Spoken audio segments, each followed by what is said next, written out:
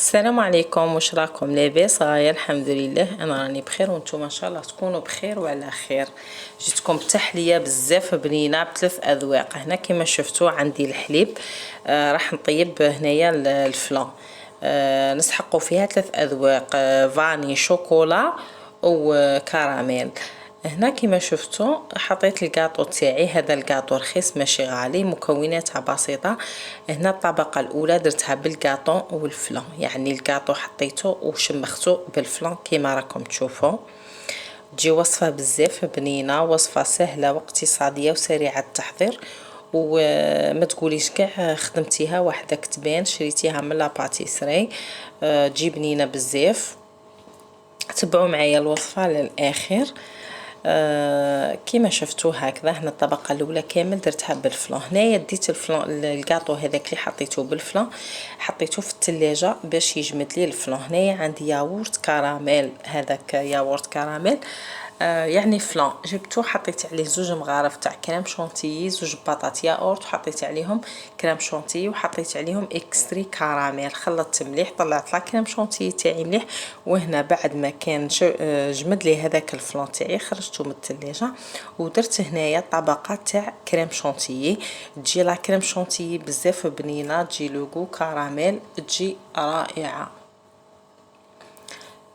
هنايا كما شفتوا دركا الكاطو اللي راح نزيد نديرو الطبقه الثانيه راح نديرو نشمخو في الحليب. شوفوا تبعوا معايا الوصفه مليح، وصفه بزاف بنينه وسهله وبسيطه، ويعني تقدري تحضريها في 5 دقائق وتحطيها لضيافك وما يعرفوش كاع باللي مخدومه يعني في الدار.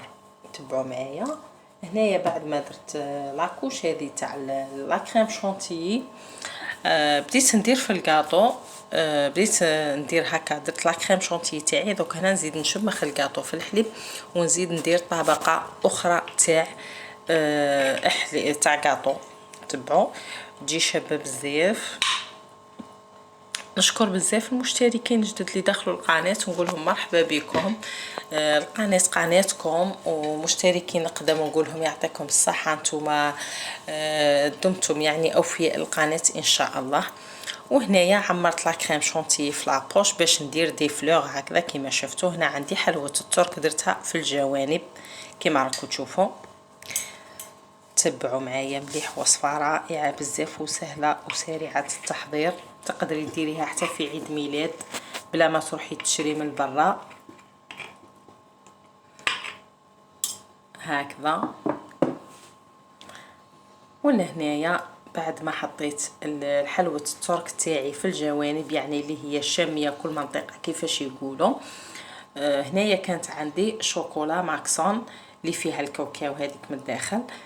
كنت كما شفتوا هكا قطعتها يعني كارويات صغار، وحطيتها شبحت بها في الوسط هنايا تاع الطرطه تاعي هكذا كما كنت تشوفوا.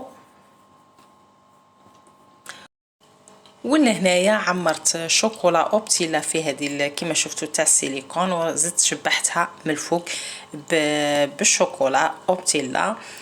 شوفوا الله يبارك الشكل النهائي تاعها، جات شابه بزاف وتجي يعني طبقات رائعه.